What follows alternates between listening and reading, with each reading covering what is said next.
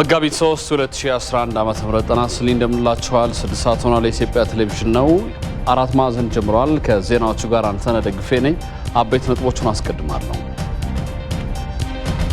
የፈረንሳይ ፕሬዝዳንት ኢማኑኤል ማክሮን ዛሬ አዲስ አበባ ይገባሉ። በላሊበላም ጉብኝት ያደርጋሉም ተብሎም ይጠበቃል።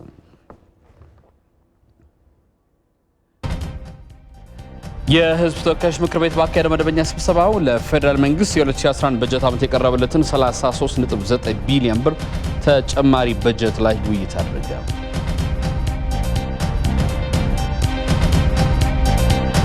በሴቶች ላይ እየተፈጸመ ላለው በደል የሚታየው ዝምታ ሊቆም ይገባል ሲሉ የፈረንሳይ ፕሬዝዳንት ኢማኑኤል ማክሮን ጥሪ አቀረቡ።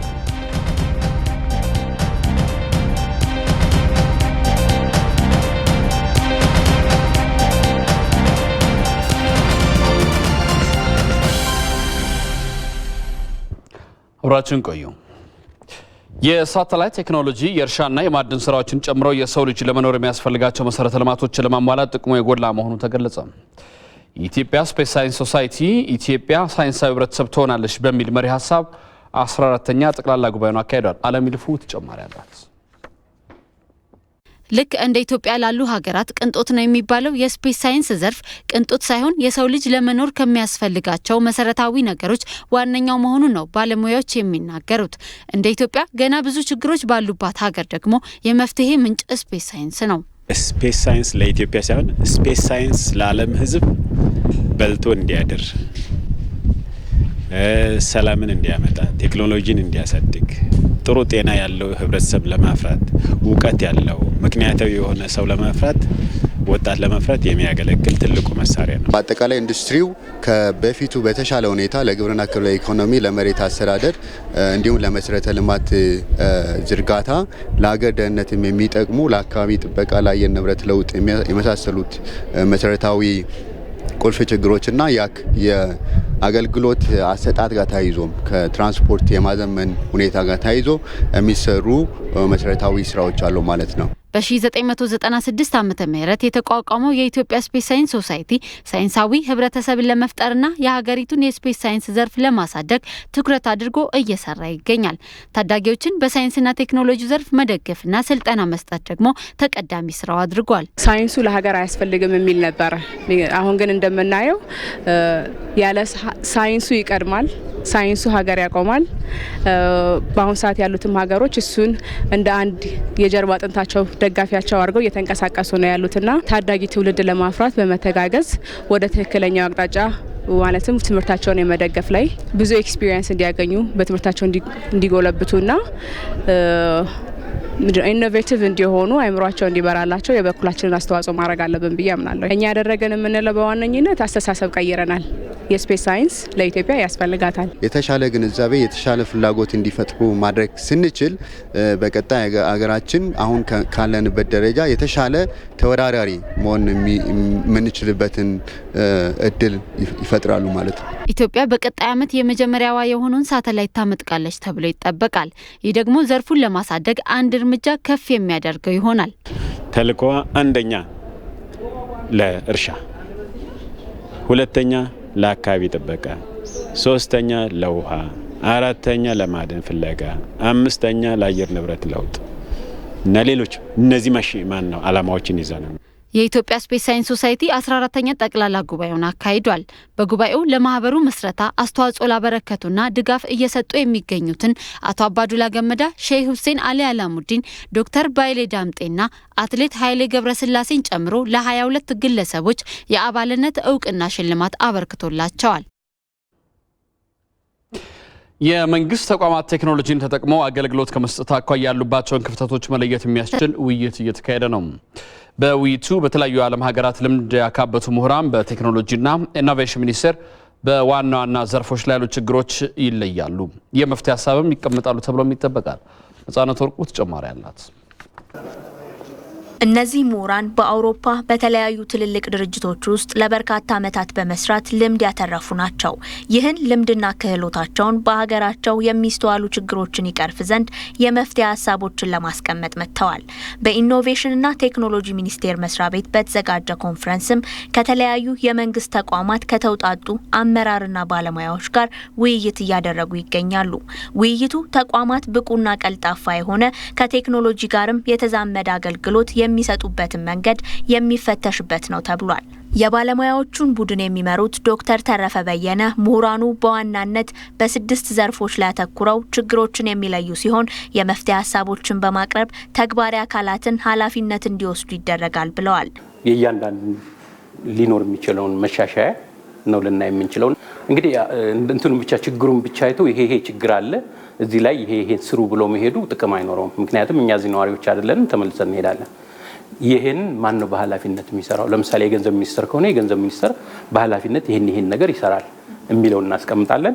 የኃላፊነት ያለው ሰው ጋር ኮሙኒኬት እናደርጋለን። በውጭ ሀገራት የሚገኙ ኢትዮጵያውያንን ያላቸውን ልምድና ተሞክሮ ማካፈል እንዲችሉ መንገዶችን የሚያመቻች የበጎ አድራጎት ድርጅት ያቋቋመችው ቤዛ ሸቱም ኮንፈረንሱ ጥሩ ውጤትን ማምጣት የሚያስችል ነው ትላለች። ኢትዮጵያን ኮሚኒቲ አሶሲዬሽን ኖርዝ አሜሪካ በአሜሪካ ሀገር የተቋቋመው ሙያ ብቃት ያላቸውን ሰዎች ወደ ሀገር አንጥቶ የሰው ሀብትን ማዳበር ነው። የኢኖቬሽንና ቴክኖሎጂ ሚኒስትሩ ዶክተር ኢንጂነር ጌታሁን መኩሪያ ሙያተኞቹ ሊደነቁና ሊበረታቱ እንደሚገባ ገልጸው ከቴክኖሎጂ አጠቃቀም አንጻር የመንግስትን ዝግጁነት የሚገመግም በተለይ የፋይናንስ ስርዓትን ለማሻሻል የሚረዳ መድረክ ነው ብለውታል። በአጠቃላይ የሀገራችንን የፋይናንሻል ሲስተም የሀገራችንን የቴክኖሎጂ ተጠቃሚነት ከኛ ጋራ ከባለሙያዎቻችን ጋራ በመዳሰስ ለመንግስት ሪኮሜንዴሽን ለመስጠት ይሄ ነገር እንዲህ ቢሆን ይሻላል የሚል ስራ ለመስራት የመጡትን ቲም ደጋግሜ ማመስገን እፈልጋለሁ። ኮንፈረንሱ ለቀጣዮቹ 4 ቀናት የሚቀጥል ነው። የፈረንሳይ ፕሬዝዳንት ኢማኑኤል ማክሮን ዛሬ አዲስ አበባ ይገባሉ ተብሎ ይጠበቃል። ፕሬዝዳንቱ ለ2 ቀናት በሚኖራቸው ቆይታ ከኢፌዴሪ ጠቅላይ ሚኒስትር ዶክተር አብይ አህመድና ከፕሬዝዳንት ሳህለወርቅ ዘውዴ ጋር ተገናኝተው በሁለትዮሽና ቀጠናዊ ጉዳዮች ላይ ይወያያሉ ተብሎም ይጠበቃል። ፕሬዝዳንት ማክሮን የላሊበላ ውቅር አብያተ ክርስቲያናትም ይጎበኛሉ። የፈረንሳዩ ፕሬዝዳንት ኢማኑኤል ማክሮን በኢትዮጵያ ጉብኝት የሚያደርጉት ባለፈው ጥቅምት ወር በፓሪስ ጉብኝት ያደረጉት ጠቅላይ ሚኒስትር ዶክተር አብይ አህመድ ባቀረቡላቸው ግብዣ ነው።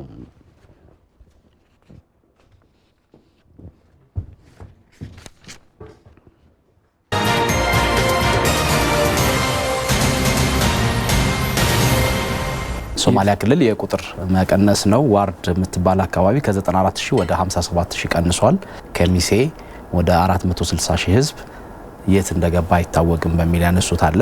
ሚዲያ ላይ አልቀረበም እንጂ ይቅረው ከተባለ ሁሉም ክልል፣ ሁሉም ብሔረሰብ፣ ሁሉም እንትን የየራሱን ያቀርባል። ጥሩ ቁጥር አግኝቻለሁ የሚል የለም። በትክክል ብትቆጥር ለምን ከሌሎች ነገሮች ጋር ስለሚገናኝ ነው። የመብራት መቆራረጥ መጥፋት እንዳይከሰት ምንድነው የሚደረገው ጥንቃቄ?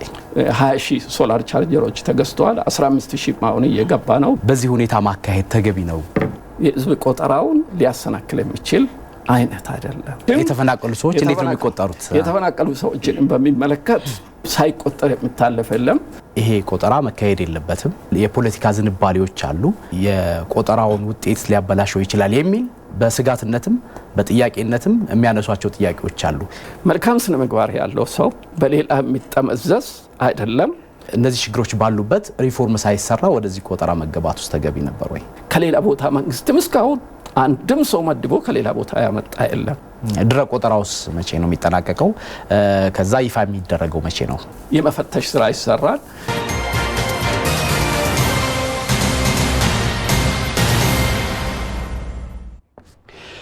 ኢትዮጵያና ፈረንሳይ ረጅም ዓመታትን ያስቆጠረ ዲፕሎማሲያዊ ግንኙነት አላቸው። ሀገራቱም በኢኮኖሚ በማህበራዊና በፖለቲካዊ ዘርፍ ያላቸው የቆየ ግንኙነት ምን ይመስላል? ሰለሞን አበጋዝ ተጨማሪ አለው።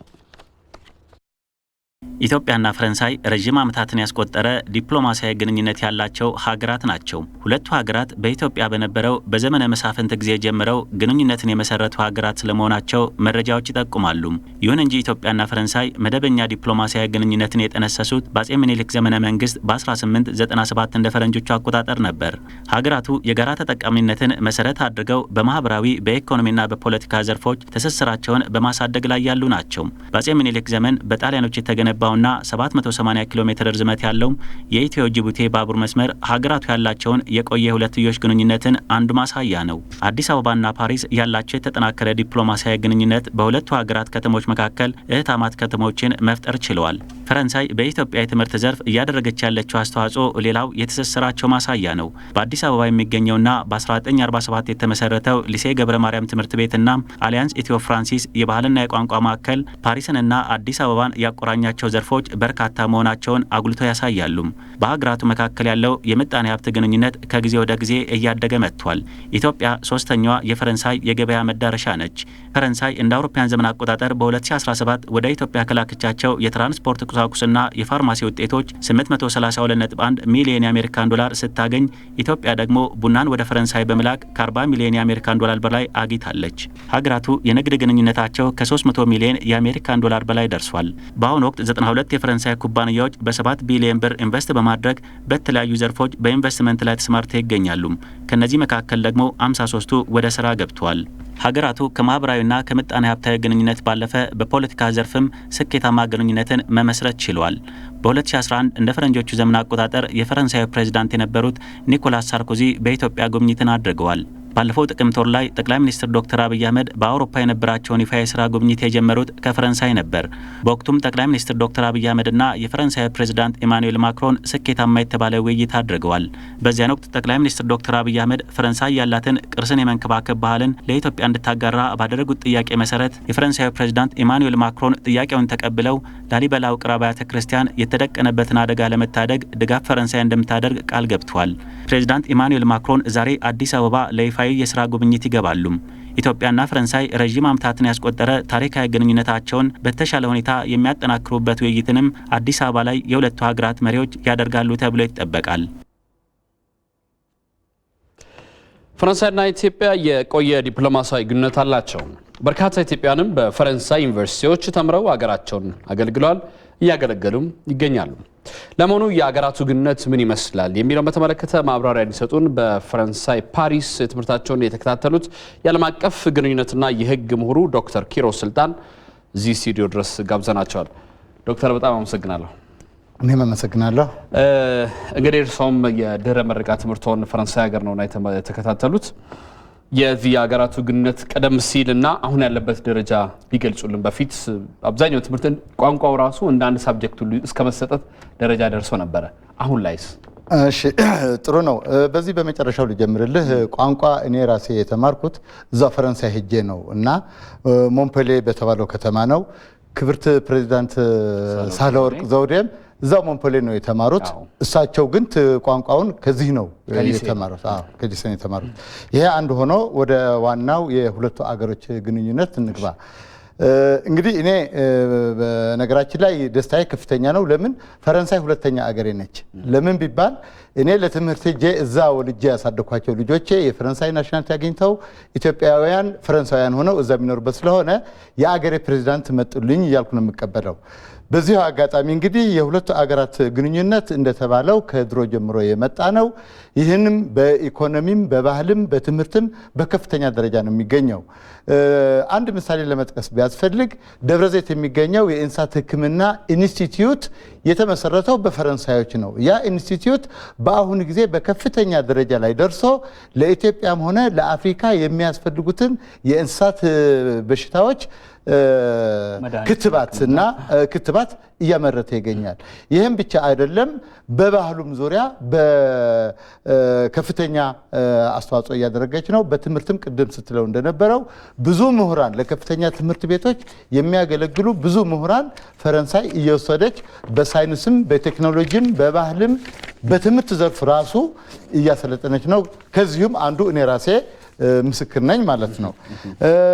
ከዚህም በተጨማሪ ፓስተር ኢንስቲትዩት እኛ አገር ያለው ሉዊ ፓስተር የታወቁ የፈረንሳይ ሳይንቲስት ናቸው በማይክሮባዮሎጂ በሳቸው ስም የተመሰረተው ፓስተር ኢንስቲትዩትም እዚሁ ያለው የፈረንሳይ ነው ቶታልም ሌሎችም መጥቀስ ይቻላል እና የፈረንሳይና የኢትዮጵያ ግንኙነት በበጎ መልኩ የሚታይ እዚህ ላይ ሳልጠቅስ ማለፍ የማይገባኝ ኢትዮ ጅቡቲ የምድር ባቡር ነው ተማሪ ሆኜ ወደ ሐረር መምህር ማሰልጠኛ ሲሄድም በባቡር ሄጃለሁኝ ጅቡቲም በዲፕሎማትነት በመሰራበት ጊዜ ከጅቡቲ ወደ ኢትዮጵያም በተለያዩ መንገዶች እኔም በባቡር መጥቼበታለሁና ፈረንሳይ ለኢትዮጵያ እና ኢትዮጵያ ጥሩ የሆነ ቀደም እንዳለ ብለህ እንደተናገርከው በንጉሱ ጊዜም በአጼ ምኒልክ ጊዜም በዚሁ ኢህአዴግም ስልጣን ላይ ከመጣ በኋላ አሁንም ቢሆን ደግሞ ጥሩ ግንኙነት ያላት ሀገር ነች የፈረንሳይ ግንኙነት እጅግ በጣም አስፈላጊ ነው ስለዚህ አሁን እዚሁ ላይ ምናልባት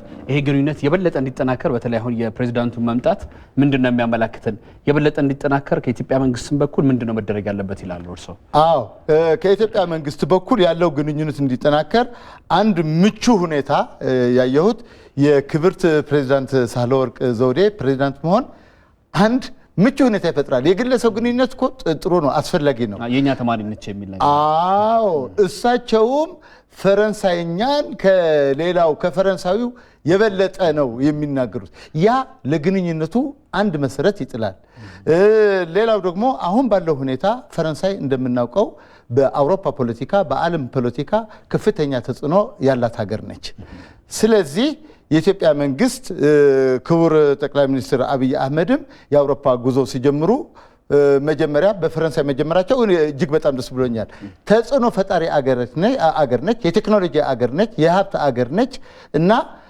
የኢትዮጵያ መንግስት ዲፕሎማሲው እጅግ በጣም ጥሩ ነው በዲፕሎማሲው ረገድ አይጠረጠርም በዓለም አካባቢ በጣም ታዋቂ ነው እና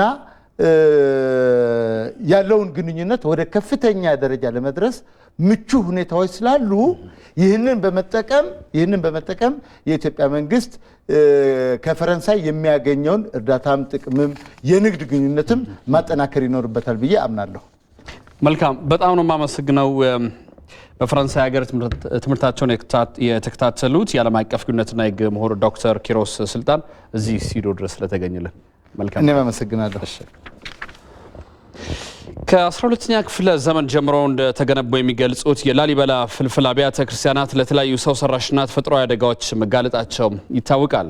በተለያየ ጊዜ ጥገና ቢደረግላቸውም አሁን ግን ተከታታይ ትኩረትን የሚሹ ጉዳዮች መሆናቸውንም ቀጥለዋል። ከወራት በፊት ፈረንሳይ የላሊበላ ውቅር አብያተ ክርስቲያናት ላይ የተጋረጠውን አደጋ ለመከላከል ድጋፍ እንደምታደርግ በፕሬዝዳንቷ ኢማኑኤል ማክሮን በኩል ይፋ ማድረጓም ይታወቃል። ኮሰም ብርሃኑ ተጨማሪ አለው። ርዕሰ ጉዳያቸው አንዱ የነበረው ታዲያ የላሊበላ ቅርስና የተጋረጠበትን ስጋት የሚዳስስ ነበር። የፈረንሳዩ ፕሬዝዳንትም ቅርሶቹን ለመታደግ ለኢትዮጵያ ድጋፍ ለማድረግ ዝግጁ መሆናቸውን የገለጹበት ውጤታማ ውይይት እንደነበር ተጠቁሟል። የፈረንሳዩ ፕሬዝዳንት ኢማኑኤል ማክሮን የገቡትን ቅርሱን በጋራ እንታደገዋለን ቃል ተከትሎ በወራት ልዩነቶች ውስጥ 3 የቅርስ ጥበቃና ጥገና ከፍተኛ ባለሙያዎችን ወደ ኢትዮጵያ ልከው ቅርሶቹን ለማደል ያገኛሉ ተብሎ የሚጠበቁት ስጋት የተጋረጠባቸው የላሊበላ ውቅር አብያተ ክርስቲያናትም ዋና ርዕሳቸዋልና ሌሎች አማራጮች ይፈለጉ የሚሉ ሀሳቦችም ቀጣይ በዘርፉ ከፍተኛ ባለሙያዎች መልስ ያገኛሉ ተብሎ ይጠበቃል። በተያያዘ ዜና የፍራንስ ፕሬዝዳንት ኢማኑኤል ማክሮንና የፌዴራል ጠቅላይ ሚኒስትር ዶክተር አብይ አህመድ የላሊበላ ውቅር አብያተ ክርስቲያናትን ጉብኝት አስመልክቶ የላሊበላ ነዋሪዎችና የቤተክርስቲያኑ ምዕመን አቀባበል ለማድረግ በዝግጅት ላይ ናቸው። በላሊበላ ቤተክርስቲያን ላይ የተፈጠረውን አደጋ ለመከላከል የፈረንሳይ መንግስት ድጋፍ ለማድረግ በገባው ቃል መሰረት የፕሬዝዳንቱ ጉብኝት የዛው አንዱ አካል ነው ተብሏል። ራይል ፍሬው ተጨማሪ መረጃ ልታደርሰን በቀጥታ ስልክ መስመራችን ላይ ትገኛለች። ራይል እንዴት ውለሻል? እንደምን ዋልክ አንተነ? ደህና ይመስገን። እንግዲህ እስቲ ላሊበላና አካባቢዋ የፈረንሳዩን ፕሬዝዳንት ኢማኑኤል ማክሮንና የፌዴራል ጠቅላይ ሚኒስትርን ዶክተር አብይ አህመድ ለመቀበል እየተደረገ ያለው አጠቃላይ ዝግጅት ምን ይመስላል? ምን ታዘብሽ? ድባቡን ንገሪን እስቲ። መልካም እንግዲህ ላሊበላ በጣም በደማቅ ሁኔታ ነው ዝግጅት እያደረገ ያለችው። በተለይ የላሊበላና ላስታ አካባቢ የላሊበላ ውቅር አብያተ ክርስቲያናት የህይወት መሰረት ናቸው ለህብረተሰቡ፣ ለአካባቢው ማለት ነው። ስለሆነም ይህ የተጋረጠው ጉዳት እንግዲህ እንደሚታወቀው ከ1920ዎች ጀምሮ በርካታ ጊዜው በሚፈቅደው ቴክኖሎጂ እና በየጊዜያቱ በተለያዩ ባለሙያዎች የጥገና ስራዎች ሲሰሩ ቆይተዋል። በ2000 ዓመተ ምህረት የተከናወነው እንደ መጨረሻ ጥገና የሚወሰደው የመጠለያ ስራው ነው። ይህ የመጠለያ ስራው ነው እንግዲህ ጉዳቱን ይበልጥ አባብሶታል የሚባለው እና የላሊበላና ከተማው የላስታ ከተማ አካባቢ ህዝብ እንዲሁም መላው የኢትዮጵያ ህዝብና በውጭ ሀገራት የሚኖሩ ኢትዮጵያን ወዳድ ህብረተሰቦችና ዜጎች ጥያቄ ሲያቀርቡ ነበረ። ይህ ያለምንም ዘመናዊ መሰረት የተሰራ ውቅር አብያተ ክርስቲያናት ዘመን አሁን በደረሰበት ደረጃ ሊጠፋ አይገባም በሚል በርካቶቹ የጮሁለት ነው። ይህንንም አስመልክቶ እንግዲህ በተለይ ከክልሉ የተወጣጡ የህብረተሰብ ክፍሎች በጠቅላይ ሚኒስትር ጽሕፈት ቤት በመገኘት ያላቸውን አቤቱታ አቅርበው ነበረ። በተለይ ላሊበላ አሁን የደረሰበት ደረጃና በሀገር ደረጃ ያለው ኢኮኖሚያዊ ፋይዳ የሚነጻጸር አይደለም፣ ስለሆነም ጥበቃ ሊደረግለት ይገባል በሚል ውይይት አድርገው ነበር ከጠቅላይ ሚኒስትር ዶክተር አብይ አህመድ ጋር። እሳቸውም ሳምንት ባልሞላ ጊዜ ነው ላሊበላ በመገኘት የቅዱስ ላሊበላ ውቅር አብያተ ክርስቲያናትን እና ጉዳቱን ተገንዝበው የሄዱት። በዛው ሳምንት ደግሞ በነበራቸው የአውሮፓ ጉብኝት ከፈረንሳይ ፕሬዚዳንት ኢማኑኤል ማክሮን ጋር በነበራቸው ውይይት እንግዲህ ይህንን አንስተዋል። ፈረንሳይ ባህላዊ ቅርሶችን ጥበቃ በማድረግ ትታወቃለች።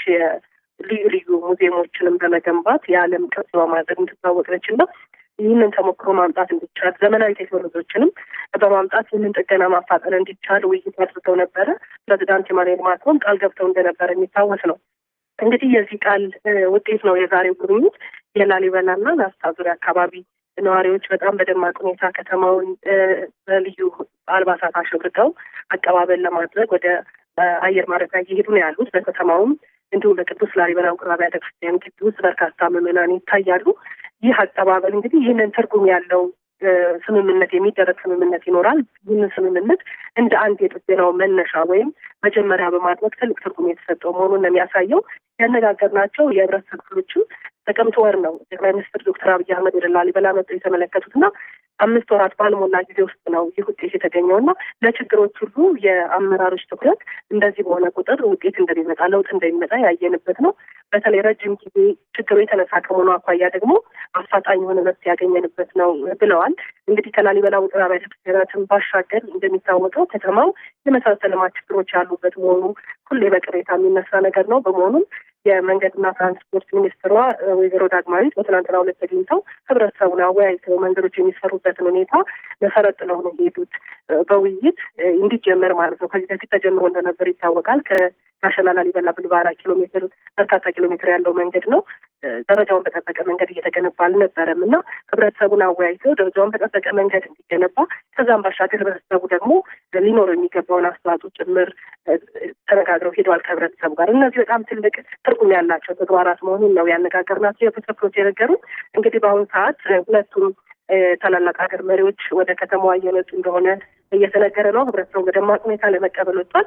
በሌሎች የዜና ሰዓቶቻችን የአቀባበል ስርዓቱ ምን ይመስላል፣ እንዲሁስ ምን ውጤት ተገኘ የሚለውን ይዘን የምንቀርብ ነው የሚሆነው። አንተነህ አመሰግናለሁ። ራይል ፍሬው ከላሊበላ ላደረሽን መረጃ። የህዝብ ተወካዮች ምክር ቤት ባካሄደው መደበኛ ስብሰባው ለፌዴራል መንግስት የ2011 በጀት ዓመት የቀረበለትን 33.9 ቢሊዮን ብር ተጨማሪ በጀት ላይ ውይይት አደረገ። ምክር ቤቱ ውይይት ካደረገ በኋላ ለሚመለከተው ቋሚ ኮሚቴ ለዝርዝር እይታ እንዲመራ በሙሉ ድምፅ አጽድቋል። ተስፋዬ ጫና የተጨማሪ ያለው የህዝብ ተወካዮች ምክር ቤት 4ኛ ዓመት የሥራ ዘመን 6ኛ መደበኛ ስብሰባውን የጀመረው መጋቢት 1 ቀን በኢትዮጵያ አየር መንገድ አውሮፕላን ላይ ለደረሰው አደጋ የህሊና ጸሎት በማድረግ ነበር። ይህንን ተከትሎም የፌዴራል መንግስት የ2011 በጀት ዓመት ተጨማሪ በጀት ረቂቅ አዋጅ ለምክር ቤቱ ቀርቦ ውይይት ተደርጎበታል። ረቂቅ አዋጁ ላይ ማብራሪያ ያቀረቡት የመንግስት ረዳት ተጠሪ ሚኒስትር ዴኤታ አምባሳደር መስፍን ቸርነት ለህዝብና ቤት ቆጠራ እንዲሁም ላልተጠናቀቁ ፕሮጀክቶች ማስፈጸሚያ ተጨማሪ በጀት ማስፈለጉን አስረድተዋል። ተጨማሪ በጀት ያስፈለገበት ዋና ዋና ዓላማዎች በካፒታል በጀት ስራዎች ላይ ሰርተው ክፍያ ያልተጠናቀቁ ፕሮጀክቶች ክፍያ ለመክፈል እንዲሁም በቅርቡ የሚካሄደውን የህዝብና ቤት ቆጠራ ወጪ ለመሸፈን እና የመንገድ ግንባታና ኤሌክትሪክ ዝርጋታ ለመሸፈን እንዲሁም በሀገራችን የሚደርሰውን የተፈጥሮና ሰው ሰራሽ አደጋ የሚያስከትለውን አደጋ ለመቋቋም በማሰብ ነው። ለ2011 በጀት ዓመት ተጨማሪ በጀት ከዓለም ባንክ በእርዳታና በብድር የተገኘ 33.9 ቢሊዮን ብር ሆኖ እንዲጸድቅ ተጠይቋል። ከዚህ ውስጥ ኬሌ ቱሉ ካምፕ ለተሰኘ የወርቅ ማዕድን ማውጫ እንደሚውል ሚኒስትር ዴኤታ አምባሳደር መስፍን ቸርነት አብራርተዋል። ኬሌ ቱሉ ካፒ የወርቅ ልማትን ወይም ይሄ አዲስ የፕሮጀክቱ ነው። የፕሮጀክቱ ጠቅላላ ወጪ 91.9 ሚሊዮን የሚሆን እና በቀሪ በጀት ዓመት የ2011 በጀት ዓመት ስራውን ለማስጀመር ለዚህ ስራ 40 ሚሊዮን በጀት ተደግፎ ቀርቧል። እንዲሁም ከዚሁ ጋር በተያያዘ ሁኔታ የቱሉ ካፒ ወርቅ ልማት የኤሌክትሪክ ዝርጋታ አጠቃላይ ወጪንም 594.7 ሚሊዮን በሚሆን የሪፖርቱ ግምገማ ሪፖርቱ ያሳያል። ስለዚህ ይሄንን የ2011 በጀት ዓመት ስራውን ለማስጀመር በአጠቃላይ ለዚህ ፕሮጀክት ወደ 200 ሚሊዮን ብር ተደግፎ ቀርቧል። የህዝብ ተወካዮች ምክር ቤት አባላትም በቀረበው ማብራሪያ ላይ ሀሳብና አስተያየት የሰጡ ሲሆን የሚመለከተው ቋሚ ኮሚቴ ትኩረት አድርጎ መስራት እንዳለበትም አሳስበዋል። መንገዶች ባለስልጣንም ለፕሮጀክቱ መንገድ መስራት እንዳለበት ነው እንደ አንድ እንትን የቀረበውና ከዚህ አንፃር ፕሮጀክቱ በበጀት ዓመቱ እቅድ ያልተያዘ ከመሆኑ ጋር ተያይዞና እንደ ተጨማሪ በጀት ደግሞ የምናየው በበጀቱ ተይዞ የነበሩ ነገሮች ነገር ግን የተያዘው በጀት ሳይሸፍናቸው ሲቀር መያዝ እንዳለበት ነው የሚሰማኝና ይህ አዲስ ፕሮጀክት በመጀመሪያ በበጀት ዓመቱ እቅድ ያልታሰበበት ምክንያት ምን እንደሆነ ኮሚቴው ቢያየው ነው። ሁለተኛ አዲስ ፕሮጀክት ከመሆኑ ጋር ተያይዞ እስካሁን ከፕሮጀክት አስተዳደር ከዲዛይንና ሌሎችም ጋር ተያይዞ ሲነሱ የነበሩ ችግሮችን በሚመልስ አግባብ ምን ያክል ተጠንቷል? አሁን ከተጠየቀው በጀት በተጨማሪ በ2011 በጀት ዓመት 346 ቢሊዮን ብር መመደቡ ይታወሳል። ከዚህ ጋር በተያያዘ የፌዴራል ተወካዮች ምክር ቤት ባካሄደው 26ኛው መደበኛ ስብሰባ ለ2011 በጀት ዓመት በመንግስት በኩል በቀረበ በ33.9 ቢሊዮን ብር የፌዴራል መንግስት ተጨማሪ በጀት ላይ ተወያይቶ ለዝርዝር እይታ ለምክር ቤቱ ገቢዎች ፋይናንስና በጀት ጉዳዮች ቋሚ ኮሚቴ እንዲመራ ውሳኔ አስተላልፏል። ከቀረበው ከዚህ ተጨማሪ በጀት ጥያቄው 33.9 ቢሊዮን ብር የሚሆነው ለመደበኛ ወጪዎች የሚውል ሲሆን 240 ሚሊዮን ብር ደግሞ ለካፒታል ወጪዎች ይውላል ተብሏል። በምክር ቤቱ ላይ ተጨማሪ ማብራሪያ ለሰጠ ሪፖርተራችን አዲስ ዓለም ተሾመ በቀጥታ መስመር ላይ ትገኛለች። አዲስ ዓለም እንዴት ውለሻል? እስቲ አጠቃላይ የምክር ቤቱ ውሎ ምን ይመስላል? ተጨማሪ ያጸደቃቸው በጀቶች ለምን ጉዳይስ ነው የሚሉትን እንመልከት። አመሰግናለሁ አንተነህ። እንግዲህ አምስተኛው የህዝብ ተወካዮች ምክር ቤት አራተኛ ዓመት የስራ ዘመን 26ኛ መደበኛ ስብሰባውን አካሄደው በዚህም እንግዲህ የተለያዩ የቀረቡ ረቂቅ አዋጆች ለሚመለከታቸው ቋሚ ኮሚቴዎችም የተላለፉበት ነው ማለት ነው። እንግዲህ በ2011 በጀት ዓመት ለመደበኛና ለካፒታል ወጪ 346 ቢሊዮን አጠቃላይ በጀት መጽደቁ ይታወሳል። እንግዲህ በቅድም በዜናው ላይ እንደተመለከትነው አሁን ደግሞ ለፌዴራል መንግስት የ2011 በጀት ዓመት ተጨማሪ 33.9 ቢሊዮን ብር በጀት ለምክር ቤቱ ቀርቧል ማለት ነው። በጀቱ እንግዲህ በዋናነት ለመደበኛና ለካፒታል ወጪዎች የሚውል ነው ማለት ነው። ከዚህ ውስጥም እንግዲህ ለመደበኛ ወጪ 300 ቢሊዮን እና ለካፒታል ወጪ ደግሞ 240 ሚሊዮን ብር እንደሚመደብ ነው በረቂቅ አዋጁ የተመለከተው ማለት ነው። እንግዲህ በመደበኛ ወጪው በካፒታል ወጪው በኮንትራክተሮች ተሰርተው ክፍያቸው ላልተፈጸሙ ፕሮጀክቶች ክፍያ የሚውል 6 ሚሊዮን ብር ተመድበዋል ማለት ነው። ሌላ ዝርዝር ጉዳዮች ደግሞ ቅድም ዜናው ላይ ተመልክቷል ማለት ነው። ሌላው ግን በምክር ቤቱ አባላት የተለያዩ ጥያቄዎች ተነስተዋል። በዋናነት እንግዲህ የምክር ቤቱ አካላት ጥያቄ ካነሱባቸው ጉዳዮች መካከል የኑሮ ውድነትና የዋጋ ግሽበትን አያባብስም ወይ ይህ አዲሱ በረቂቅ አዋጁ ላይ የተመለከተው ተጨማሪ በጀት የሚል ነው። ሌላው ደግሞ ከዚህ ቀደም በእርዳታና በብድር የሚገኝ ተጨማሪ በጀት ከካፒታል ስራዎች ጋር የሚውል መደበኛ ወጪን የሚሸፍን በመንግስት ወጪዎች የሚተዳደር ነው። ይህም ደግሞ አሁን በዚህ በረቂቅ አዋጁ ላይ የተመለከተው ተጨማሪ በጀት ታዲያ ትኩረት ያደረገው ለመደበኛ ወጪ ነው። ይህ አግባብነት አለ ወይ የሚል ጥያቄዎችም ተነስቷል። ሌላው እንግዲህ በጅምላ ጨራሽ መሳሪያዎች ብዜትና በገንዘብ መደገፍን ለመከላከልና ለመቆጣጠር የቀረበ ረቂቅ አዋጅ ላይ የምክር ቤቱ አባላት ውይይት አድርገዋል ማለት ነው።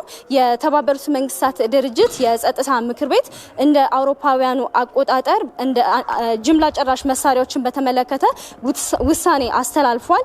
ይህም እንግዲህ በተመድ ውሳኔ ቁጥር 1540/2004 ተመዝግቦ የሚገኝ ውሳኔ ነው።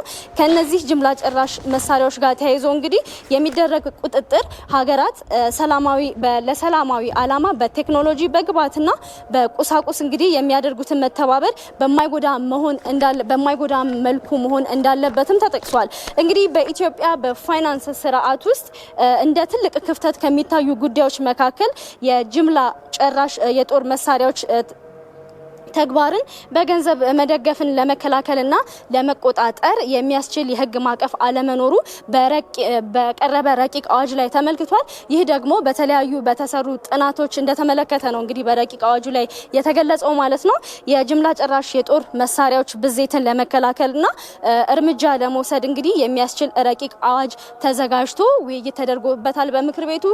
ለሚመለከታቸው ቋሚ ኮሚቴዎችም እንግዲህ ለተጨማሪ ምርመራ ቀርቧል ማለት ነው። ሌላው ደግሞ ከሌሎች አገራት ጋር የተካሄዱ የውል ስምምነቶችንም የሚመለከት ነው። በኢትዮጵያና በጅቡቲ መካከል እንግዲህ መጋቢት 8 2009 ዓመተ ምህረት በንግድ ስምምነትን ተፈራርመዋል።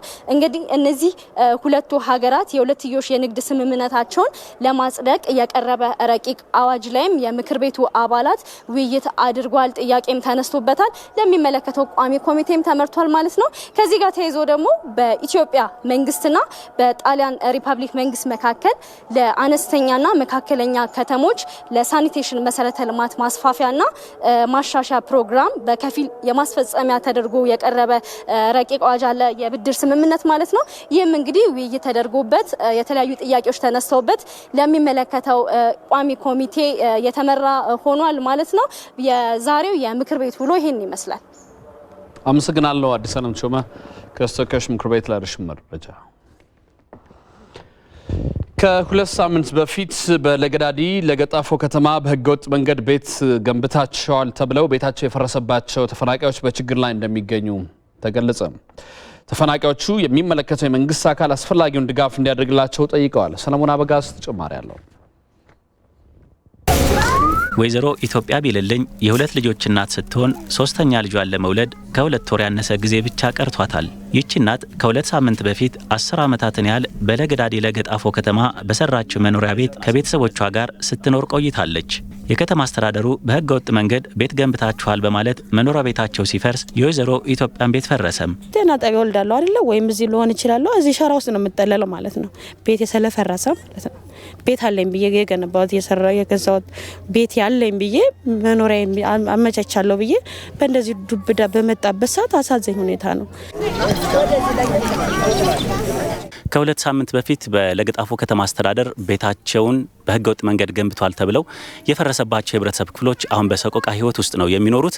አሁን ያሉት አያት መካነ ህይወት መድኃኔዓለምና ቅድስት አርሴማ ቤተክርስቲያን ውስጥ ተጠልለው ነው ያሉት። በዚህ ቤተክርስቲያን ውስጥ የተለያዩ ዳሶችን፣ ሸራዎችን ወጥረው ነው እየኖሩ ያሉት። ነፍሰ ጡሮች አሉ፣ ከዚያ ባለፈ ህፃናቶች አሉ፣ አረጋውያን አሉ።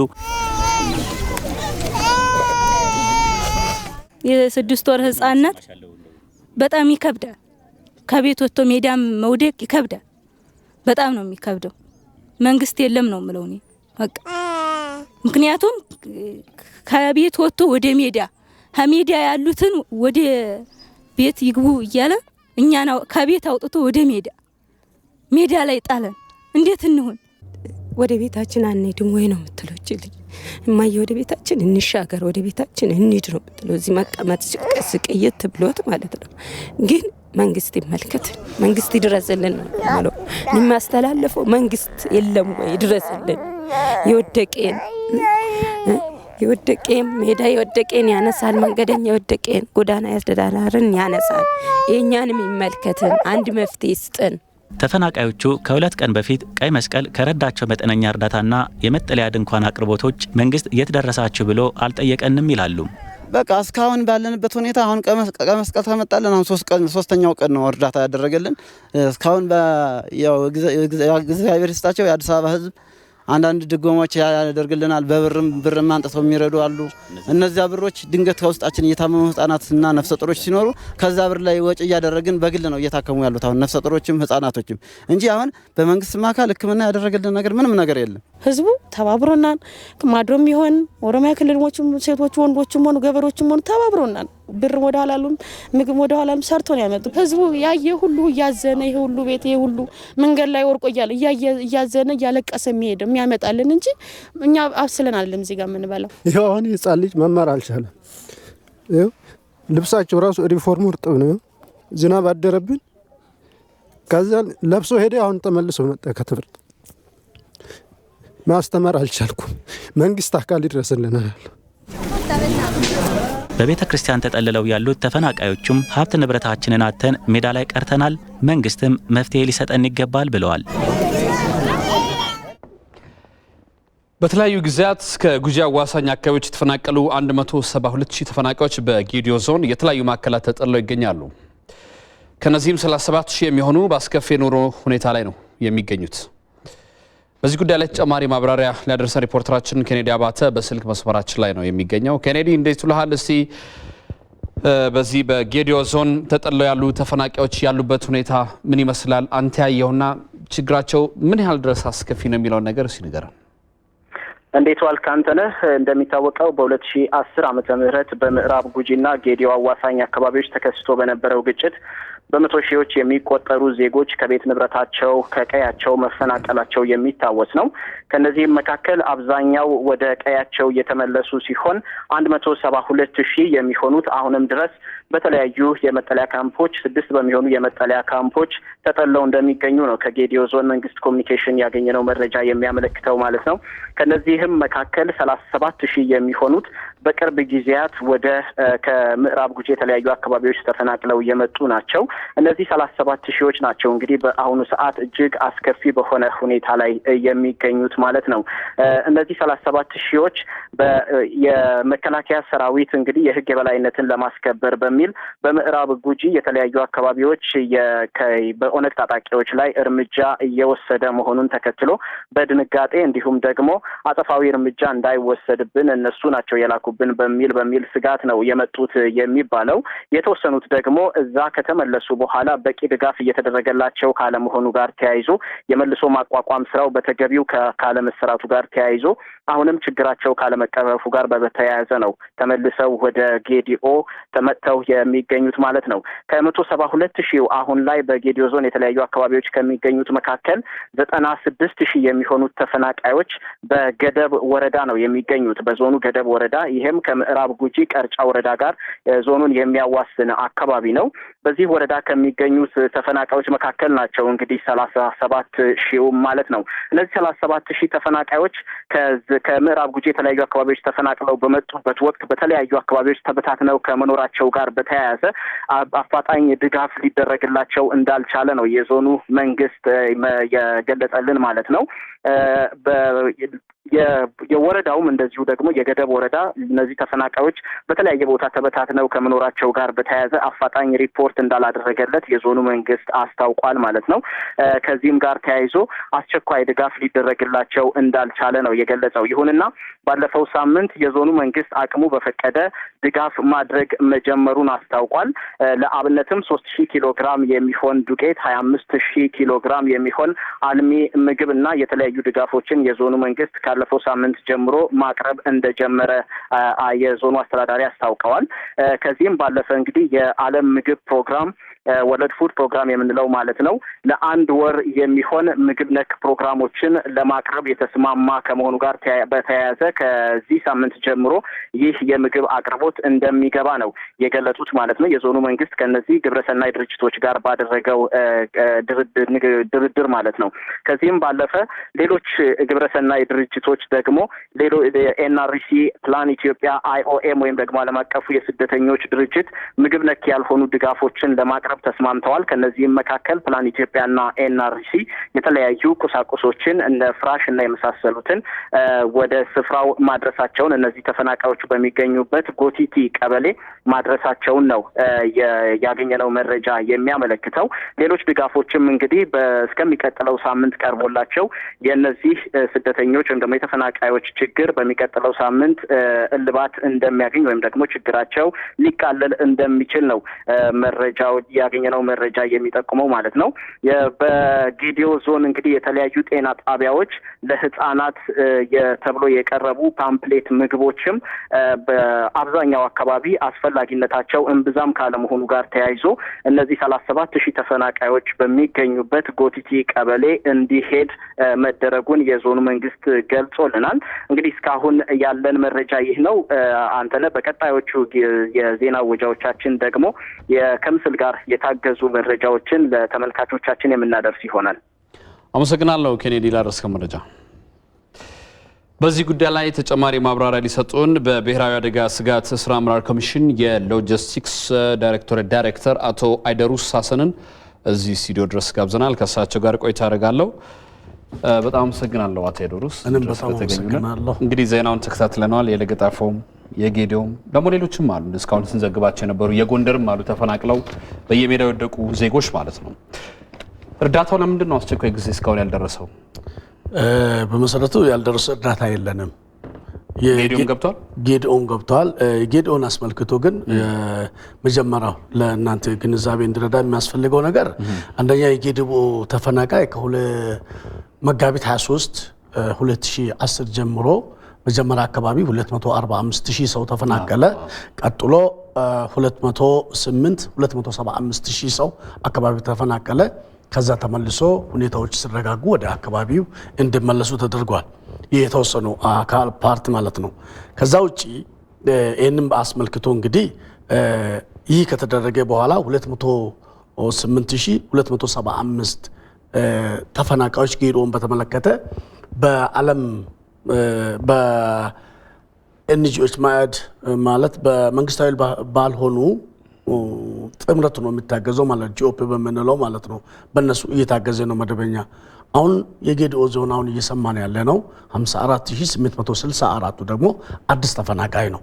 አዲስ ተፈናቃይ እንግዲህ ሪፖርቱ ከክልሉ ትላንትና ነው የደረሰን። በእጄ ይዤዋለሁ። ትላንትና ነው የደረሰን። ትላንትና እንደደረሰን ግን ባለን አሰራር ቁጭ አላልንም። በቀጥታ ወዲያው አስቸኳይ በ72 ሰዓት ማድረስ ስላለብን እስካሁን እንግዲህ ወደ 200 ኩንታል ብስኩት፣ ወደ 200 ኩንታል አልሚ ምግብ እንዲሁም ወደ 200 ኩንታል ክክ አተር ማለት ነው። ቀጥሎ ደግሞ ወደ 20 ኩንታል ዘይት ተጭኗል። አሁን በማጓጓዝ ዛሬ በማጓጓዝ ላይ ነው፣ እየሄደላቸው ይገኛል። ሌላው እንግዲህ ቀሪው እንግዲህ አሁንም ደግሞ በቅድም በነገርኩ መሰረት መንግስታዊ ባልሆኑ ጥምረት ስለምታገዝ እዛ ባልሆኑ ጥምረት ስለምታገዝ እነሱም ከዛሬ ቀጥታ ከኛ መልእክቱ እንደደረሳቸው 8226 ኩንታል እህል፣ 823 ኩንታል አልሚ ምግብና 247 ኩንታል ዘይት በማጓጓዝ ሂደት ላይ ፕሮሰሱን ጀምሯል ማለት ነው። ስለዚህ ደርሷል ነው። ከዚህ ውጪ እንግዲህ ሌላው በምዕራብ ጎንደር በጎንደር አካባቢ ያለው በአማራ ክልል ወደ 90,736 ነው። ይሄን አጠቃላይ ጥያቄ እሱ ነው። ጎንደር ላይስ ምን ያደርጋቸው ነው? ጎንደር እንግዲህ በቀደም ሲል ባለፈውም በዚህ ስቱዲዮ ገልጸናል። ልክ ጥያቄው ከክልሉ እንደቀረበልን አስፈላጊው የምግብ የአልባሳት የቁሳቁስና አስፈላጊ ድጋፎች ሁሉ ተደርገዋል። 90,000 ናቸው አለ ያሉት 90,000 በጎንደር ስፔሻል በጎንደር በምዕራብ ጎንደር 49,695 ናቸው። በጎንደር 90,736 አጠቃላይ የአማራ ክልል ተፈናቃይ አማራ ክልል ያለው ተፈናቃይ ነው። በምዕራብ ጎንደርም እንደዚሁ አሉ፣ በሌሎች ክልሎች አሉ። እነዚህ ህዝቦች ደግሞ በተለያዩ የክልሉ ዞኖች ላይ ሰፍሮ ይገኛሉ ማለት ነው። 90,730 ለነዚህም እንደ ጌዲኦ እንዳደረግነው ሁሉ አስፈላጊው ድጋፍ ተደርጎላቸዋል። እንደውም ቲም እዛ አካባቢ መድበን በቋሚነት ቲም ተመደበ። እያንዳንዱ ያነሰን የጎደለ ነገር ምን እንዳለ ከዛ ሪፖርት የሚያደርግ በየቀኑ ሪፖርት የሚያደርጉልን ሰዎች እዛ ተመድበው እየሰሩ ይገኛሉ። ከዚህ ጋር ተያይዘው ምናልባት ጥሩ እሺ፣ የጌዲኦና የጎንደሩም በጌዲኦም ቅድም እንደነገርኩ ቡድን ቲም ተልኳል። ዛሬ ትላንት ነው ደብዳቤ መጣው፣ ዛሬ ቲም ተልኳል። ጥሩ። ይሄ ከሆነ እዚሁኛ አቅራቢያ እዚህ ለገጣፎ እንሂድና ያው ቤት የሌለው ሰው ምግብ መስራት አይችልም። ሜዳ ነው የወደቁት ከተማ መሆናቸውን አይደለም ማሰብ ያለብንና እነዚህ ከለገጣፎ ተፈናቅለው ሜዳ የወደቁ ዜጎችስ ምን እያሰባችሁ ነው? ምን እያደረሳችሁ ነው? ሪፖርት ያደረገላችሁ አካል አለ ወይ? ጥሩ ጥያቄ ነው አንተነህ። በመሰረቱ የኛ አሰራር እንደምታውቀው የፌደራል መንግስት ነው። ብሔራዊ አደጋ ስጋት ስራ አመራር ኮሚሽን በፌደራል ደረጃ ያለው የመንግስት ተቋም ነው። የራሱ አሰራር አለው። የትኛውም ክልል የትኛውም ቦታ ላይ ተፈናቃይ ሰዎች ሲፈናቀሉ ክልሉ ነው ሪፖርት የሚያደርግልን። ስለዚህ አድርጎላችኋል? አላደረገልንም። የኦሮሚያ ክልል ከለገጣፎ ለገዳዲ አስመልክቶ ተፈናቃዮችን በተመለከተ ምንም የደረሰን መረጃም የለንም። እንደው በሰብአዊነት ያው መረጃው አላችሁ፣ እንደ ዜጋ መረጃው አላችሁና እንደው አልተንቀሳቀሳችሁ? ይሄ እንዴት መሰለ፣ ያው ቅድም ነገር ያለው ክልሎች በተወሰነ ደረጃ ራሳቸውን ይረዳሉ። የተወሰነ ደረጃ ከዛ ባሻገር ከክልሎች በላይ ሲሆን ነው ፌደራል ጣልቃ ገብቶ የሚረዳው። ከዛ ከኔ አቅም በላይ ነው እርዱልኝ ካለ በኋላ ነው የምንረዳው እንጂ ክልሎች ጥያቄ ሳይቀርቡ በሰብአዊነት የምናደርገው የተለየ ድጋፍ የለም። ነገር ግን ክልሉ ጥያቄ እንዳቀረበልን በአስቸኳይ ያንን የማድረስ ኃላፊነቱ አለብን። ከለገጣፉ ከለገዳዲ ጋርም አያይዞ የቀረበው ጥያቄ አልነበረም። ከተማ ውስጥ ስለሆነ እናንተስ የምትጠይቁበት አሰራር የለም? እኛ ክልላችሁ ላይ እኮ የተፈናቀለ ሰው አለ፣ እንድንረዳላችሁ ትፈልጋላችሁ አትፈልጉም አላላችሁም? ምናልባት አሰራሩ ካለ አሰራሩ የለንም። ጥያቄ እኛ አይደለም የምናቀርበው። ሁሌም ነገርኩ፣ ክልሎች የተወሰነ የራሳቸው የመጠባበቂያ ፈንድ አላቸው። በተለይ ኦሮሚያ የተሻለ ነው ከሌሎቹ በተሻለ መልኩ የራሱ ፈንድ አለው። በዛ አካባቢ ጥቃቅን ነገሮች፣ ደቡብም እንደዚሁ፣ አማራም እንደዚሁ፣ ትግራይም ብትመለከት ሁሉም ትናንሽ ነገሮች ስሉ እነዚህ አሁን የለገጣፎ ለገዳዲ ቁጥራቸው በጣም አናሳ የሆኑ ሰዎች ላይ ራሳቸው ክልሎች ይሸፍናሉ። ከአቅማቸው በላይ ሲሆን ወደ ፌደራል መንግስት የሚያስተላልፍ። ስለዚህ ኦሮሚያ ክልል መሸፈን ይችላል ማለት ነው። መሸፈን ይችላል። ግን አሁን ጥያቄ ቢያቀርብላችሁ ሬዲ ናችሁ? ሬዲ ነን። ዛሬም ቢያቀርቡ ነገ ጧት ሄደን እናደርሳለን። እኛ በጣም ኦሮሚያ ክልል ዛሬ ካደረሰን ነገ ጧት እዛ ነን። በጣም አመሰግናለሁ። በብሔራዊ አደጋ ስጋት ስራ አመራር ኮሚሽን የሎጂስቲክስ ዳይሬክተር አቶ አይደሩ ሳሰን፣ እኔም በጣም አመሰግናለሁ። መልካም። ወጣቱ ትውልድ ከራሱ አልፎ ለሀገሩ የሚጠቅም መሆን እንዲችል ለዓላማ ጠንክሮ መስራት እንደሚገባው ተገለጸ። በድሬዳዋ ከተማ ከድሬዳዋ ዩኒቨርሲቲ ተማሪዎች ጋር ውይይት ተካሂዷል። ሰናይት ንጉሴ ተጨማሪ አላት።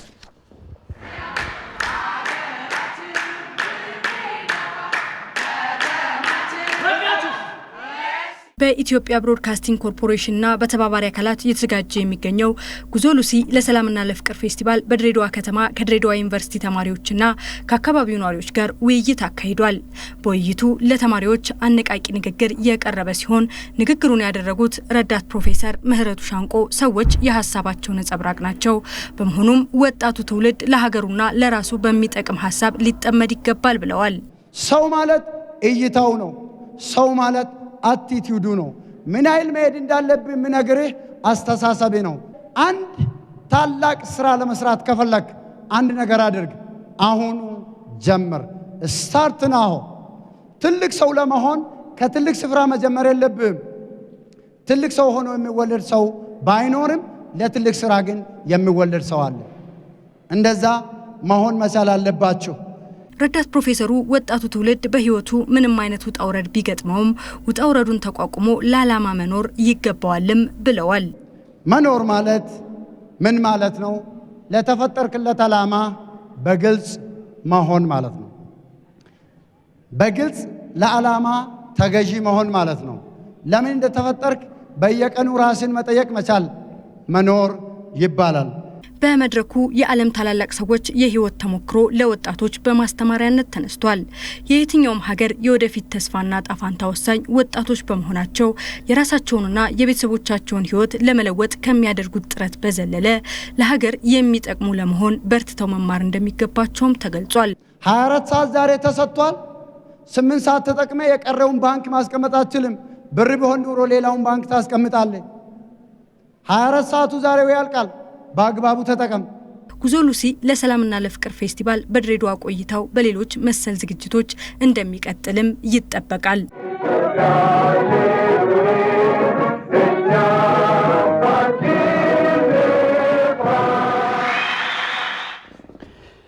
የከፍተኛ ትምህርት ተቋማት ተማሪዎች ዓላማ ተኮር መሆን እንደሚጠበቅባቸውና ለዓላማቸው መሳካትም አስፈላጊ መስዋዕትነት መክፈል እንደሚገባቸው ተገለጸ። የሉሲ ለሰላምና ለፍቅር መርሃ ግብር በድሬዳዋ ዩኒቨርሲቲ ለተማሪዎች የማነቃቂያ ንግግር በመድረኩ እየተከናወነ ይገኛል። ይህንን መድረክ ደግሞ ልትነግረን በስፍራው የምትገኘው ባልደረባችን ሜሮን በረዳ በቀጥታ መስመራችን ላይ ትገኛለች። ሜሮን እንዴት ውለሻል? ዛሬ የሉሲ ለሰላምና ለፍቅር ጉዞ መርሃ ግብር ላይ ድሬዳዋ እየተካሄደ ያለው ውይይት ምን ይመስላል፣ ምን ሀሳቦች ተነሱ የሚለውን ባጭሩ እናንሳሱ። አመሰግናለሁ አንተነህ። እንግዲህ ጉዞ ሉሲ ለሰላምና ለፍቅር መርሃ ግብር ዛሬ ትኩረቱን ያደረገው በድሬዳዋ ዩኒቨርሲቲ ለተማሪዎች የማነቃቂያ ንግግሮች በማድረግና ውይይቶችን በማድረግ ነው። እንግዲህ በመድረኩም እንደተገለጸው ሰላምን መፍጠርም ማጥፋትም የሚችለው ሁሉም ዜጋ ራሱ ነው። ሰላምን አንድ ሰው መፍጠር የሚችለው ራሱ ነው፣ ማጥፋት የሚችለው ራሱ ነው። ስለዚህ በትንንሽ ነገሮች ተጠምደን ትልቅ የሆነውን ሀገር መርሳት እንደሌለብንም ነው የተጠቆመው። በማነቃቂያ ንግግሩ ላይ እንግዲህ ሀገር እንደ ሀገር የምትቀጥለውና ትርጉም የሚኖራትም ዜጎቿ ሲኖሩ ነው፣ ሰዎች በውስጧ ሲኖሩ ነውና እያንዳንዱ ዜጎች በዚህ የራሳቸው ሚና መጫወት እንዳለባቸውም ነው የተጠቆመው። ሌላው እንግዲህ ተማሪዎች ወይም አሁን ያለው ትውልድ አላማ ተኮር ትውልድ መሆን እንዳለበትም ነው የተጠቆመው። አላማ ተኮር የሆነ ትውልድን መፍጠር የምንችለው እንግዲህ የተለያዩ እንቅፋቶች በዚህ መካከል ሊከሰቱ ይችላሉ። የተለያዩ ችግሮች እና እንቅፋቶች ሊከሰቱ ቢችልም እንግዲህ ይህንን በትዕግስት ማለፍ እንደሚጠበቅበትም ትልቅ ሀገርን የመገንባት እቅድ ያለው ተማሪ እነዚህን ችግሮች በትዕግስት ማለፍ እንደሚጠበቅበትም ነው የተጠቆመው። ሌላው እንግዲህ እነዚህ የከፍተኛ ትምህርት ተቋማት ሀገርን የሚገነቡ እቅዶች ይዘው የሚወጡበት መድረክ እንደመሆኑ መጠን ተማሪዎች ከዚህ ወጥተው ወደ ስራው ዓለም ሲዘጋጁ እንግዲህ ሀገርን የሚጠቅሙ ትልልቅ ሀሳቦችን ይዘው መውጣት እንዳለባቸውም ጭምር ነው የተገለጸው። ይህንን እንግዲህ የማነቃቂያ መድረኩ ምን ይመስላል የሚለውን ተጨማሪ መረጃ ሊሰጠን እንግዲህ ተማሪ ጥበቡ ሙሉጌታ እዚህ ከኔ ጋር ነው የሚገኘው። ከሱ ጋር ጥቂት ቆይታ አደርጋለሁ ማለት ነው። እሺ፣ አመሰግናለሁ ለጊዜ። ዛሬ የነበረው የማነቃቂያ መድረክ እስኪ ምን ይመስል ነበር? ምን አስተማራችሁ? ምን አገኛችሁበት የሚለው ነገር በአጠቃላይ ያለውን ነገር ሉሲ ለሰላም ለፍቅር በሚል መሪ ቃል የተጀመረው ፕሮግራም ከትናንትና ጀምሮ ነው የተጀመረው። እስከ ዛሬ እንደምታዩት እንደቀጠለ ነው የሚገኘው። በዛሬው ዕለት ደግሞ የተለያዩ እንግዶች ተጋብዘው እነ ረዳት ፕሮፌሰር ምረቱ ሻንቆ በተገኙበት የተለያዩ መልእክቶች በጣም ደስ የሚሉ የሚያነቃቁ ሞቲቬሽናል ስፒች ተናግሮልናል። መድረክ ላይም ሁላችንም በጣም ደስ ብሎን ስንሰማ ነበር። በተጨማሪም ደግሞ የዩኒቨርሲቲያችን ፕሬዝዳንት ዶክተር ያሬድ ማሞም ያስተላለፉት መልእክት አለ። እያንዳንዱ ላይ ሁሉም ተማሪዎች ማንኛውም እንደ ዜጋ ለሀገሩ ቅድሚያ ሰጥቶ እያንዳንዱ ስራ ደግሞ ሲሰራ በአንድነት እንጂ በመከፋፈል ሳይሆን እያንዳንዱ ሉሲ ይዛልን የመጣችው መልእክትም የአንድነት እሴቶች ወይ ደግሞ አንድ ላይ ሆነን አንድ ላይ ቆመን አላማዎችን ከግብ እንድናደርስ ነው። በተጨማሪም ደግሞ ሉሲ ማለት እንደምናውቀው የሰው መገኛ ፍሬ ናት ተብሎ ነው በጥናትም በምንም ተቀምጦ ያለው። ከዚህ አንጻር ደግሞ እያንዳንዳችን የሉሲ ልጆች ነን ማለት ነው። ማለትም ሉሲ የኛ እናት ናትና እሷ የሰጠችንን አደራ ይዘን የመንቀሳቀስ ግዴታ አለብን። ማንኛውም ሰው ደግሞ እናቱ የሰጠችውን አደራ ወደ ኋላ የሚተው የለምና እኛም እናታችን የሰጠችንን አደራ የሰላም ስለ ፍቅር እና ስለ ብልጽግና የተሰጠንን መልእክቶችንም ሁሉንም ይዘን ለመንቀሳቀስ በቁርጠኝነት ተነስተናል ልሻለሁ። እሺ፣ እንግዲህ አላማ ተኮር መሆን አለባችሁ ተብሎ ብዙ ነገር ሲነገር ነበር የማነቃቂያ ንግግሩ ላይ። እሱንስ እንዴት አያችሁት? እንዴት ተገነዘባችሁ የሚለው ነገር? አዎ፣ እያንዳንዱ የሚደረገው ለምሳሌ ማንኛውም ተማሪ ወደ ትምህርት ቤት ሲሄድ እውቀት ቀስሞ ለመመለስ ነውና እንጂ ትምህርት ቤት ውስጥ አልፎ ዝም ብሎ የተለያዩ ሴሪያሊዎች የውከት ምናምን የተለያዩ ፕሮፓጋንዳዎችን ሊያውጅ ሳይሆን በተገኘው አጋጣሚ እውቀቶቹን እያዳበረ እንዲበለጽግ ነው እና ከዛ አንጻር የተላለፉት መልእክቶች አሉ። ማናችንም አላማ ይኖረናል። ያንን አላማችንን ደግሞ ከግብ ለማድረስ እያንዳንዳችን እንቅፋቶች ያጋጥሙናል። እንቅፋቶቹንም ደግሞ እንዴት ማለፍ እንዳለብን ኢቭን አንድ ሳይሆን ሁለቴ ሶስቴ እየተደጋገመ የሚመጣ እንቅፋቶች አሉ። እንደ ኤግዛምፕልም ሲነሳ ነበር ፕሮግራሙ ላይ የሞቲቬሽናል ስፒች ሲሰጥ በነበረው እንትን ላይ በቀልድም ታጅቡ በጣም መልእክት አዘል የሆኑ እውቀት የሚያስጨብጡ ተላልፎልናል። ከዛ አንጻር ደግሞ እኛ ያንን አላማችንን ከግብ ለማድረስ እነዚህ ሞቲቬሽናል ስፒቾች እኛን ይገነቡናል ብዬ ነው የማስበው። ከዛ አንጻር በጣም ደስ ይል ነበር። አመሰግናለሁ ተማሪ ጥበቡ። እንግዲህ በዚህ በምስራቅ ያለንን ቆይታ አጠናቀናል። የጉዞ ሉሲ ለሰላምና ለፍቅር መርሃ ግብር እንግዲህ በምስራቅ የነበራትን ቆይታ አጠናቃለች። በዚህም በምስራቅ ክልሎች የነበሩት ቆይታዎች እጅግ ስኬታማ ነበሩ ማለት ይቻላል። ለጊዜው ያለኝን መረጃ ጨርሻለሁ። አንተነህ አመሰግናለሁ ሜሮን በረዳ ከሬዲዮ ላይ ረሽ መረጃ። ወደ ወጥ ዜና አልፋለሁ። በሴቶች ላይ የተፈጸመ ላለው በደል የሚታየው ዝምታ ሊቆም ይገባል ሲሉ የፈረንሳይ ፕሬዝዳንት ኢማኑኤል ማክሮን ጥሪ ያቀረቡ። ካሜሮናዊቷ አይሳዱ አማራ በፈረንሳይ መጀመሪያውን ሴቶች መብት ተሟጋች ሽልማት አሸንፈዋል። ሰይፉ ገብረ ጻድቅ ተጨማሪ አለው። አይሳ ዱኦማራ ለሴቶች መብት መከበር ታላቅ ተጋድሎ ሲያደርጉ ቆይተዋል። ፈረንጆቹ 1972 በሰሜናዊ ካሜሮን ክፍል የተወለዱት ዱኦማራ በ15 ዓመታቸው ነበር ወደ ትዳር የገቡት። ሆኖም የሁለተኛ ደረጃ ትምህርታቸውን ከመከታተል ግን ትዳሩ አልገታቸውም። በካሜሮን በሴቶች ላይ የሚፈጸሙትን ኢሰብአዊ ድርጊቶች በመቃወም የሚያደርጉት ተጋድሎ ከፍተኛ ሲሆን የፈረንሳዩ ፕሬዝዳንት ኢማኑኤል ማክሮን እንደገለጹት ከ1000 በላይ ሴቶች ናቸው ከዱኦማራ ድጋፍ ያገኙት። በሴቶች የሚፈጸሙ በደሎችን በዝምታ ማለፍ ሊበቃ እንደሚገባም ነው የፈረንሳዩ መሪ ያሳሰቡት። Do we need to change the law? No. ለውጥ ለማምጣት እንፈልጋለን አይደል? ለዚህ ደግሞ ዝምታው ምክንያት ሆኗል። በሴቶች ላይ እየተፈጸመ ላለው ግድያና ጥቃት እንዲቆም ዘመቻችንን አጠናክረን እንቀጥላለን። ያለ ረፍትም እንሰራለን። ከፈረንጆቹ 1996 አንስቶ አስገድዶ የተደፈሩ ለግዳጅ ጋብቻ የተዳረጉትን በመርዳት ረገድ ጉልህ አስተዋጽኦ እያበረከቱ ያሉት ካሜሮናዊቷ የሴቶች መብት አቀንቃኝ በማሮአን ከተማ ውስጥ ባቋቋሙት ድርጅት የብዙ ሴቶችን እንባ በማበስ ለመብታቸው መከበርም ሲሟገቱላቸው ቆይተዋል። ለሴቶች መብት መከበር መላው ዓለም የሚያደርገውን ርብርብ አጠናክሮ እንዲቀጥልም ነው በፈረንሳይ ሊሴ ቤተ መንግስት ካሜሮናዊቷ አይሳ ዱኦማራ ሽልማታቸውን ሲቀበሉ ጥሪ ያቀረቡት። ይህ ሽልማት ሌሎች ሀገራትም በሴቶች መብት ላይ አበክረው እንዲሰሩ የሚያበረታታ ነው። የአይነቱ አሰራር የሁሉም መንግስታት ብሔራዊ ዘመቻ ሊሆን ይገባል። በካሜሮን እየሰራ ነው ያለው ነገር በሌሎችም ሀገራት ሊስፋፋ ይገባል። ካሜሮናዊቷ የሴቶች መብት ተሟጋች የሀገሪቱ መሪ ኢማኑኤል ማክሮን በተገኙበት የተቀበሉት የእውቅና ሽልማት በቀድሞ የፈረንሳይ ሚኒስትር ሲሞን ሼል ስም የተሰየመ መሆኑን አፍሪካ ኒውስ ዘግበዋል። ካፍታ ቆይታ በኋላ 7 ሰዓት ላይ 4 ማዕዘን ይመለሳል። አብራችሁ ተወሩ ደስ ይለናል። መልካም ጊዜ